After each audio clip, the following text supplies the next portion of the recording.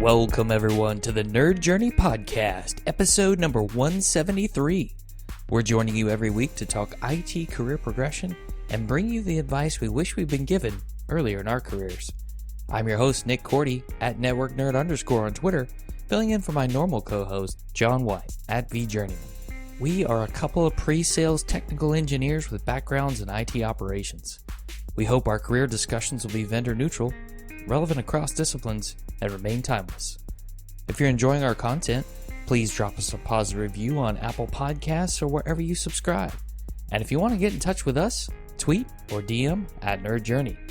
Ultimately, we're just two nerds on a journey to career enlightenment. So let's take a trip. This is actually part 2 of our interview with Evan Oldford. If you remember, Evan is a senior director of an escalations group within Cisco. And he's also author of a book called Ghost Rules, Unspoken Secrets of Getting Ahead. Last week in episode 172, which I highly recommend listening to if you haven't already, we talked to Evan about some early internships he did and a decision point between getting into the workforce and continuing his school. He spoke about the software development industry and how one might break into it. He also shared his experiences through multiple acquisitions, and we find that Evan had some very good managers that actually encouraged him to come be a part of another company that they joined. One of my favorite things in that episode last week was this idea of the daily report as part of a shutdown routine to help lower your anxiety. I keep thinking about that and how I might implement it in what I do, and I feel like I do have a shutdown routine in which I email myself a to-do list that needs to be acted upon the next day, but maybe it's time to take that to the next level. So this week, what do we have in store? The first question I would ask you to consider is, are you protecting your sleep?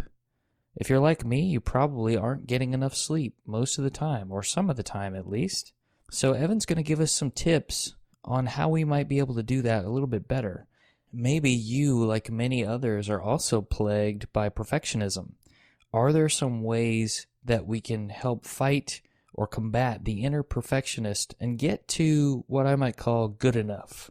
What is the difference between time management and bandwidth management? And no, I don't mean gigabits per second in this case.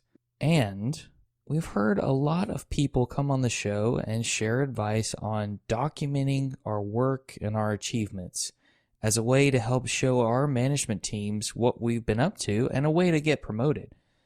But what's really cool about this interview is Evan's going to share a little bit more of the how. How do you document it? Is there a framework or a format you can use? And the answer is yes, there is. So if you're ready, I'm ready. Let's get to it with part 2 and the conclusion of our interviews with Evan Oldford.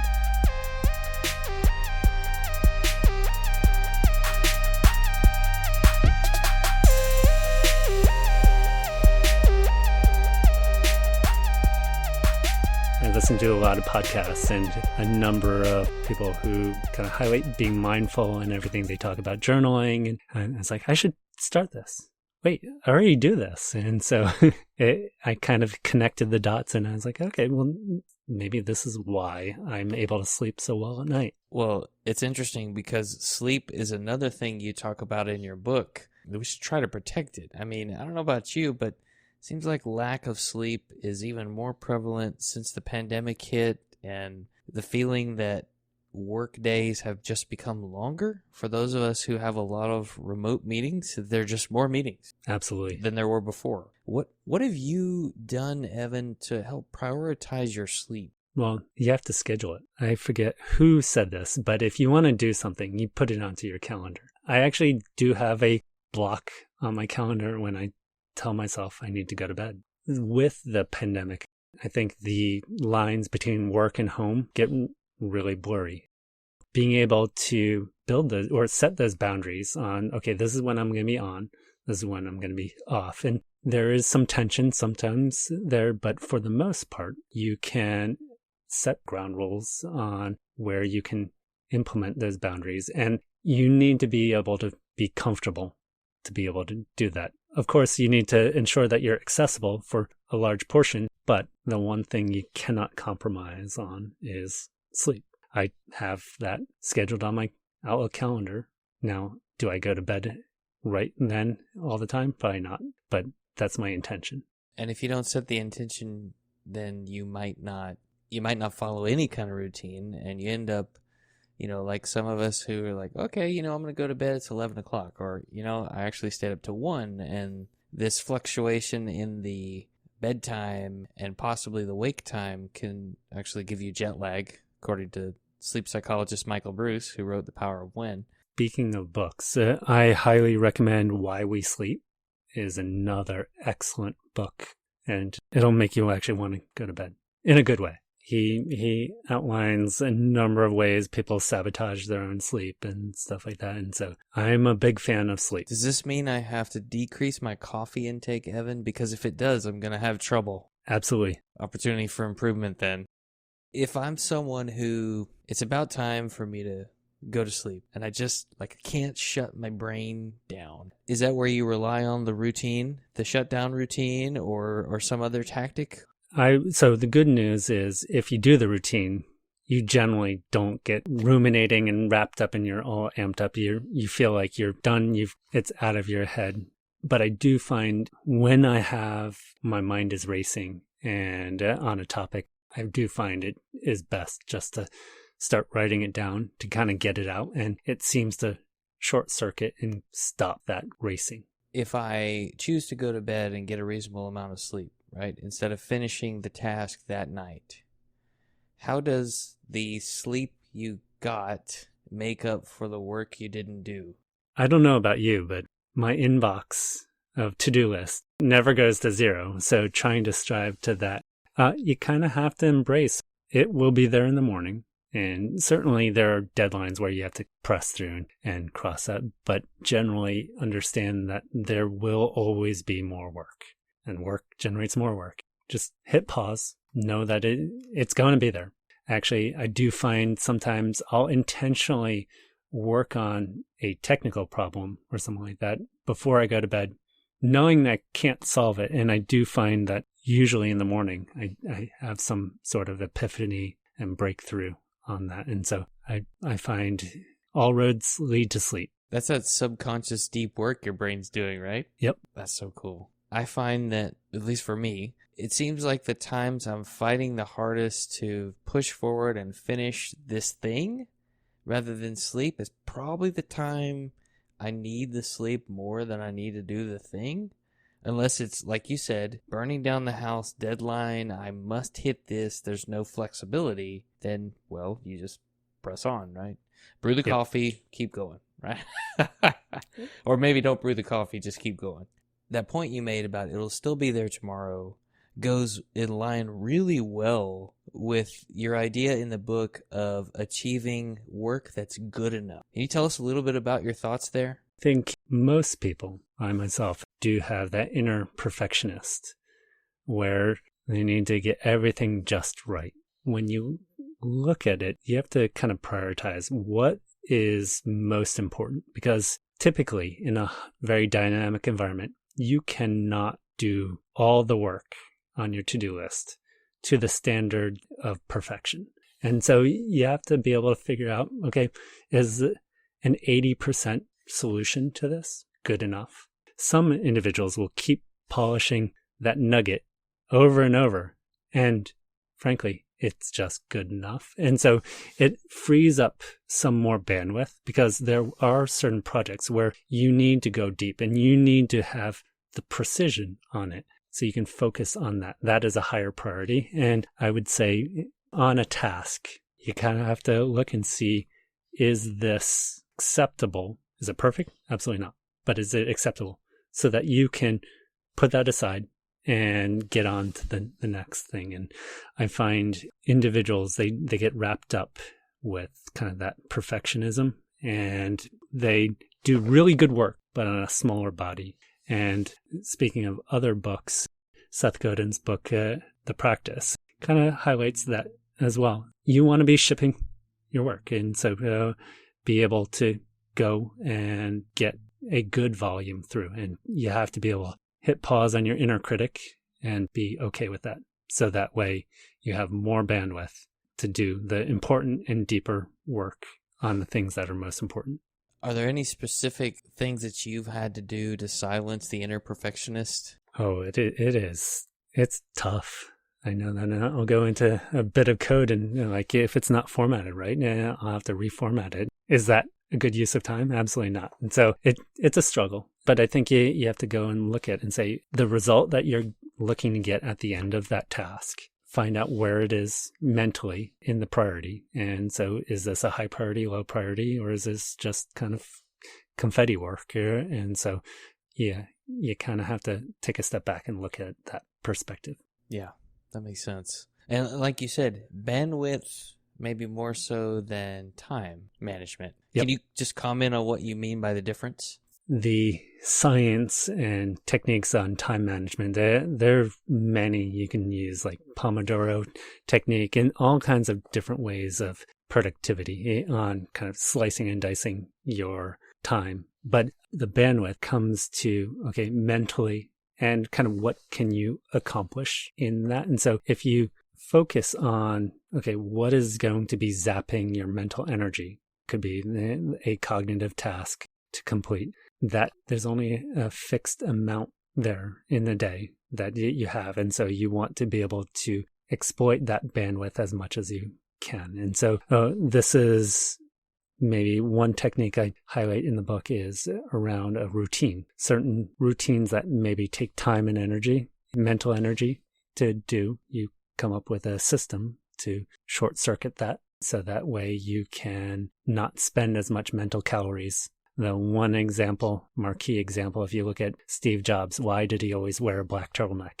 Not necessarily because it was fashionable, but he spent his mental energy on creativity versus what is he going to wear the next day. And so I think that all ties in with your mental bandwidth and the overall bandwidth.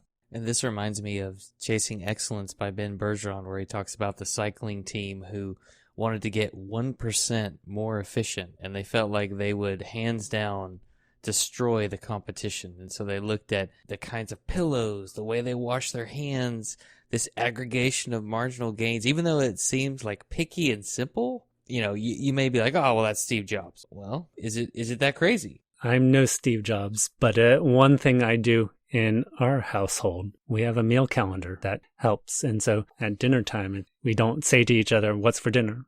Because we've already planned it out. It's already got the ingredients from the grocery. You don't use as much mental energy to try and figure out what's going to be on the dinner table. And so that was another routine. Yeah, that's good. The routines just bring a form of comfort, really. Takes you out of the, okay, there's nothing unexpected. I know exactly what to expect because this is part of the routine. It's kind of like, my daughter and I have a specific bedtime routine that we do. And that's just, and when it doesn't happen when it's supposed to, it's like, oh, why are we not doing this? It's different. A lot of people will say, document your work, your accomplishments. You need this for a promotion. So you can give it to your manager and they can make the case for you. But in your book, you actually tell us not only what, but how. Can you extrapolate on that a bit? I actually came up with a kind of a worksheet of sorts and to break down on collecting that portfolio of work. The end result of the career accomplishments document is actually something you can literally cut and paste into a promotion, onto a resume. It is of that fidelity there. But in order to get to that, there's a lot of work and things to unpack. And so within that, I have, okay, what are your strengths? What are your areas, your kryptonite? And what's going to draw your energy? What are the problems you're solving? What are some of the stats that you want to accomplish?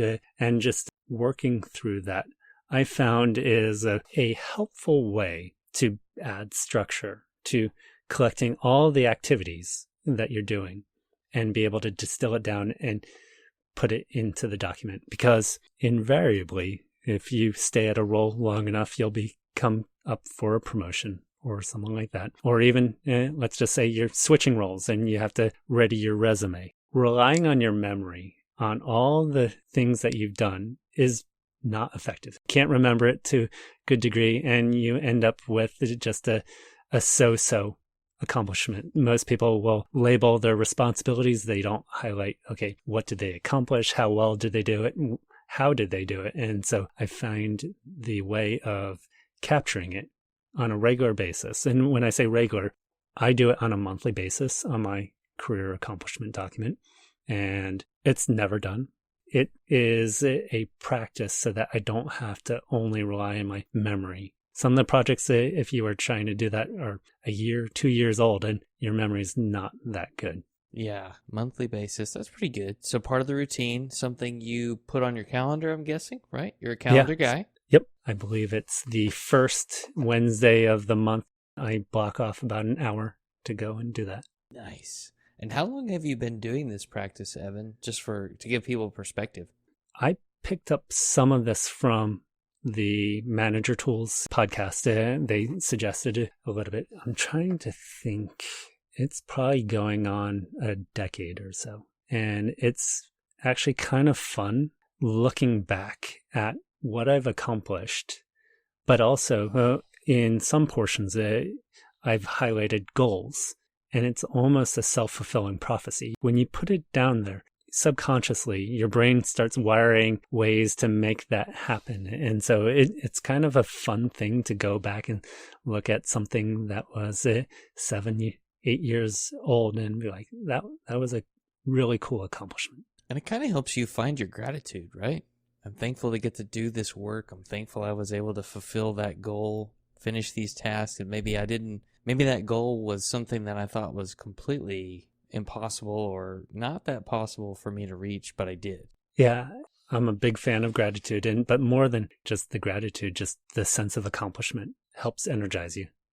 Absolutely. And what is the reasoning behind why we should list our weaknesses? I mean, I thought this was supposed to be something that highlighted all the great stuff we've done. You are absolutely right. Even the best athlete has areas where they want to be focusing on. So this is a little bit of self-inspection on, okay, this is where I know I'm good at, and this is maybe where I'm not so good at, following kind of Marcus Buckingham and leveraging your strengths. But if you know and you're aware enough on what is not where you're not strong at, sometimes you can have a candid conversation with your manager, and you may say, this is maybe not necessarily I highlight it in the book as your kryptonite. This is something that draws my energy. There may be another person in the team that actually loves that part of the job, and it's a win-win. You can do that with your manager, or even, I would say, find that individual yourself. It's going back to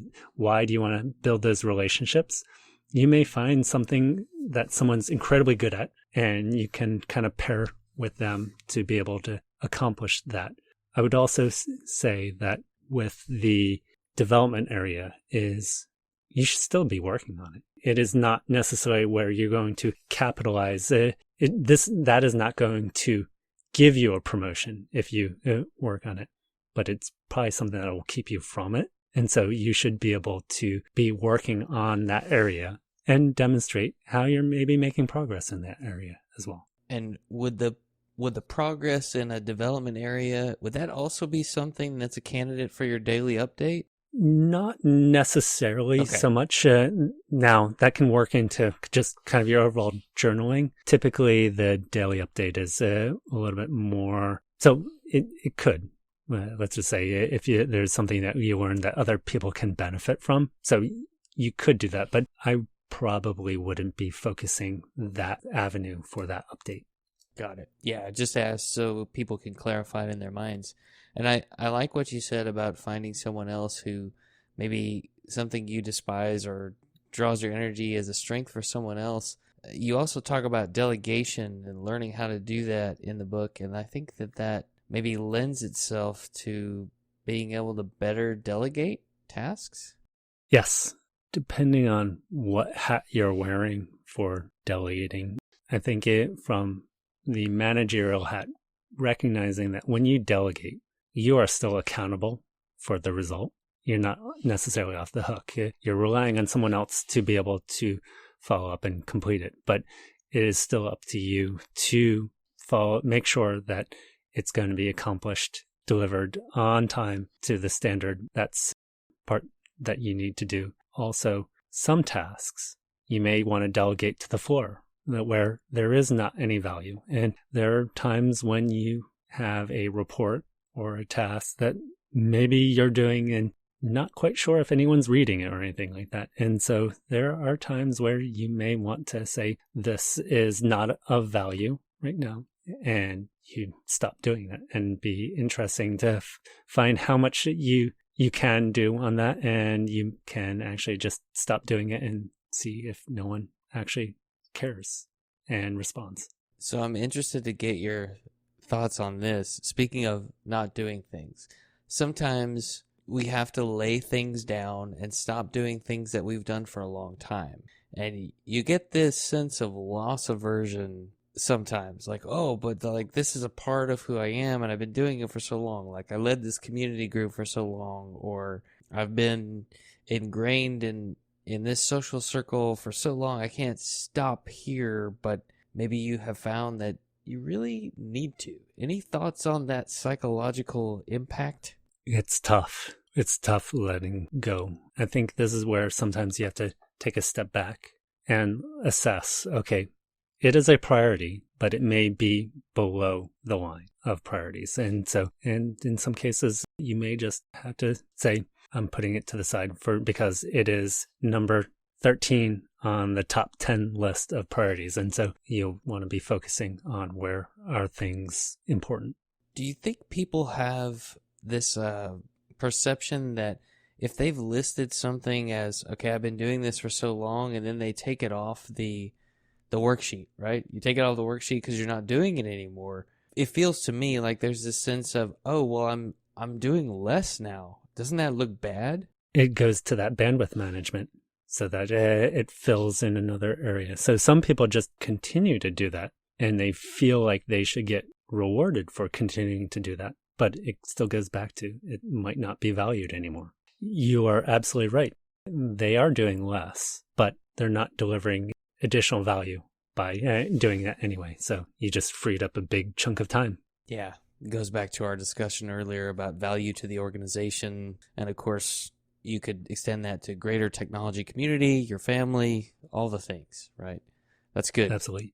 One thing, maybe we dove in too quickly earlier, because I didn't give you a chance, Evan, to share with us how this book came to be and what made you want to become a writer. I didn't set off to create a book. I initially was working on building content for one of my offsites for my team. And one of the questions I got all the time was, what do I need to get promoted? And I have my thoughts and my perspectives, and I wrote that down on the first chapter. Or I wrote it down on my first document on that. And I shared it with my wife. And she's like, you might want to run this by your HR partner.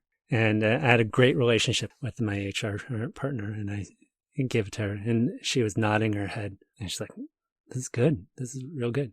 You can't give it to your team. I'm like, what? Why not? Evidently, he felt it was a little bit too prescriptive and maybe formulaic in that someone would look at kind of what I outlined as something that they would be able to do and expect a promotion. And that's not the intent. And so I kind of took that and shelved the document because after all, I had to plan an offsite. Then after that, I started getting some one-on-ones and just areas where there's maybe friction, and kind of learning from there and just capturing my thoughts. And I put that into another Google document and just kind of work on that. And then over a couple of years, I looked at this compendium and anthology of ideas, and I was like, this is something I want to give back. And so I started pulling it together, working kind of chapter by chapter, and it really lent itself well to compartmentalize really kind of succinct topics. I headed down that rabbit hole of becoming an author, and the great thing with the democratization of publishing these days, Amazon made it really, really easy on pulling it together. And so that was my start, and kind of headed down that path. And how long did it take that you recall from I'm working with an editor, publisher to, okay, I have a finished product? It was a couple years. So I would say it was off and on. I probably pulled together the content probably about 3 years or so on the side. On a weekend or something, I had an idea and it just wrote it down. After I got it together where I was like, okay, I think this is a book, kind of then working with the editor. I love my editor. She was brutally honest. She, I would say, eviscerated some chapters, and I rewrote some, and she was absolutely right. She really helped hone some of the tone and content. It was a fun process and hard, but I would say probably that was another year to kind of go through. And if you haven't read it, for those out there, it's not a super long read. I equate it to a small bottle of dish detergent, right? You can wash a lot of pots and pans with a little bit of detergent because it's so concentrated. And that's how I consider the advice in the book to be. It covers a broad range of topics, which is far more than what we've covered on the show today. So definitely check it out. We'll put the link in the show notes. And I'm curious, Evan, do you have a favorite chapter or section of the book? I do, but it's kind of like children. You're not supposed to pick a favorite one.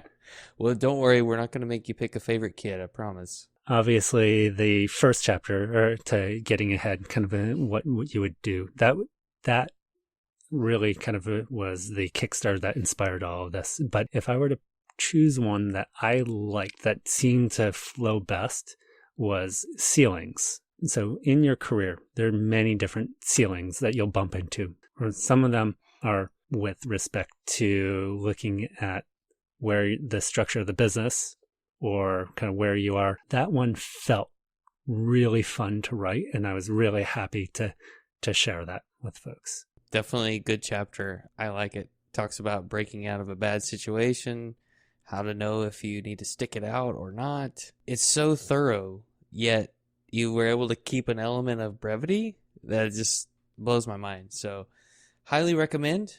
2 thumbs up from Nick Cordy. Go and read a copy of Ghost Rules.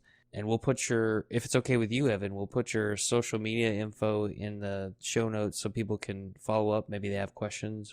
I love talking about it. I would love to be able to hear from people if they have questions on a section or thoughts on that. So I'd say follow me on LinkedIn, and you can post the link there and connect there. I'm happy to share and just learn how either this helped, or maybe certainly there are other areas that maybe you want to have a different perspective on. I'm happy to chat.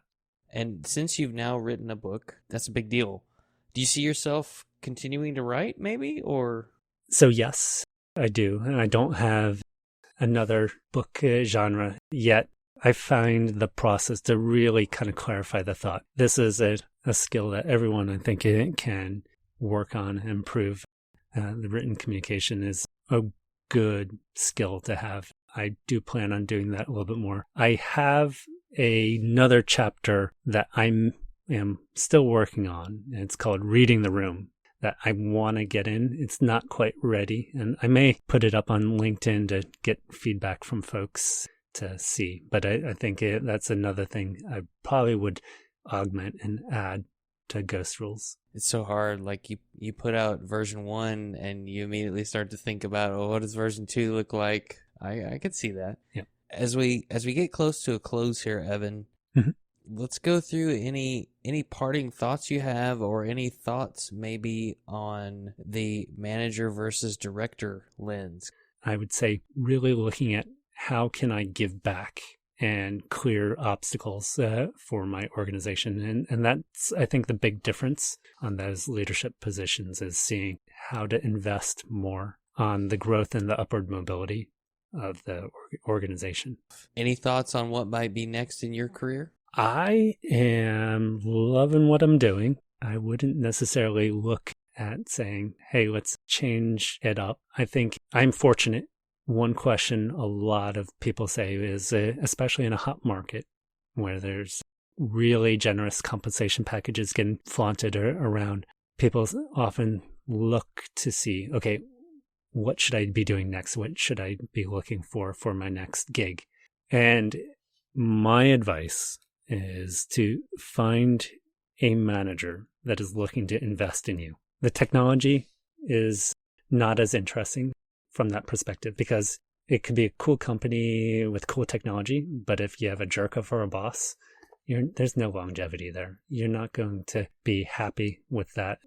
Look for that next chapter for your career, finding an awesome team that has got your back, a great manager who will invest in you and really give you the keys to be kind of driving career and stuff. And so I think that is where I would give that advice. Don't look at chasing that next big salary bump. Find that great manager.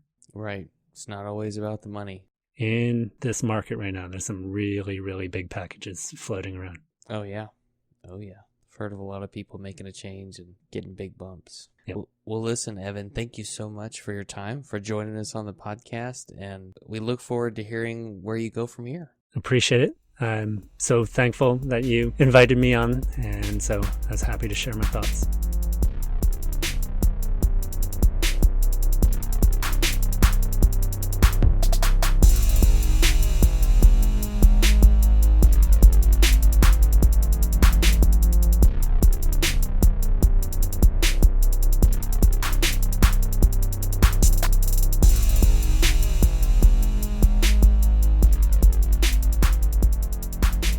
Did anybody out there add go to bed to your calendar after you listen to that episode? It's certainly tempting. It seems like a very good idea. I mean, if we're going to set alarms to get up in the morning, maybe we should set an alarm to go to bed or a calendar invite to remind us to go to bed. Setting that intention of what we should do is important. It doesn't necessarily mean we always do the thing, but if we haven't even set the intention, we might not really think about it. It gives you that level of awareness and mindfulness. Oh, this is something that's important that I should do. I liked what Evan had to say about good enough. That's something that I think a lot of people struggle with, and you learn situation by situation what good enough is going to be for that situation, but it takes time, it takes practice. And is what you're doing confetti work? Is it just extra that doesn't add as much value as you might think it does? And that if we put forth 100% effort in an area where 80% will do, we might actually accomplish less and not make the impact we had hoped in our role overall. Letting go. Have you ever delegated something to the floor or just let it go completely? According to Evan, this is more about the priority of the item in question or the task in question and less about loss aversion. I've heard people say that what we do isn't part of who we are. You need to be able to separate what you do from who you are. So instead of saying, what do you want to be when you grow up? You can ask yourself what you want to do when you grow up. Just because you stopped doing something doesn't have to impact your identity so heavily if it truly doesn't add value to you, those around you, and the people you want it to add value to. Be sure and get your free copy of the career accomplishment worksheet that Evan put together. It's not gated. It's completely free download. You can use that as a framework to get started documenting your accomplishments, including your weaknesses. That's right. A little vulnerability never hurt anyone. And according to Evan, that might be an opportunity to collaborate with someone who has a strength in that area, or maybe even for delegation. It doesn't mean that we should ignore the weakness areas, but we should be mindful of them, and how can we use those weaknesses to help ourselves and others? And what progress are we making on cleaning them up or raising our game in those areas? I always find it interesting to hear the motivations behind writing a book. And for Evan, it was a way to give back. You heard that it was a huge time commitment, just like Scott Lowe told us in episode 152. He, as well as Evan, spoke about the value of written communication and how that can help clarify our thoughts and make us better communicators overall. If you remember, Evan said that he partnered with someone in HR when he first had this idea, which is definitely the way to go. He wanted to make sure that He wasn't going to get himself into trouble by publishing these things. If you need more insight into what an HR professional might do every day and how they may have some unique insight into the company culture that others don't, check out episodes 49 and 50 with Marissa Ekberg. I think those are a little bit underrated episodes, but very good. I think are tangential to this discussion. I hope that at some point in your career, you've had a great manager, more often than not, who was willing to invest in you. And I think I would agree with Evan that a great manager that's willing to invest in you, your growth, it's hard to put a dollar amount on that, especially if you're moving from a very known, good, great manager to one that maybe you don't know as much about.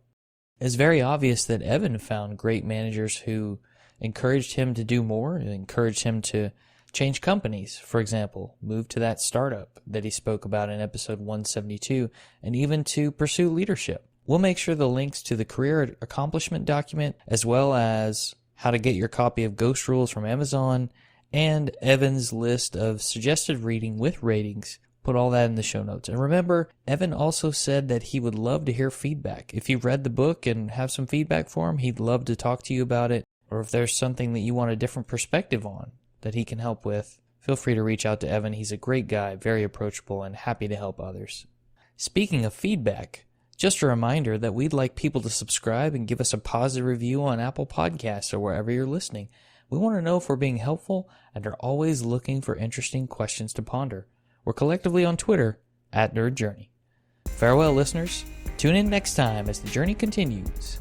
I'm Nick Cordy @NetworkNerd_, flying solo for now, from my buddy John White @VJourneyman, signing off.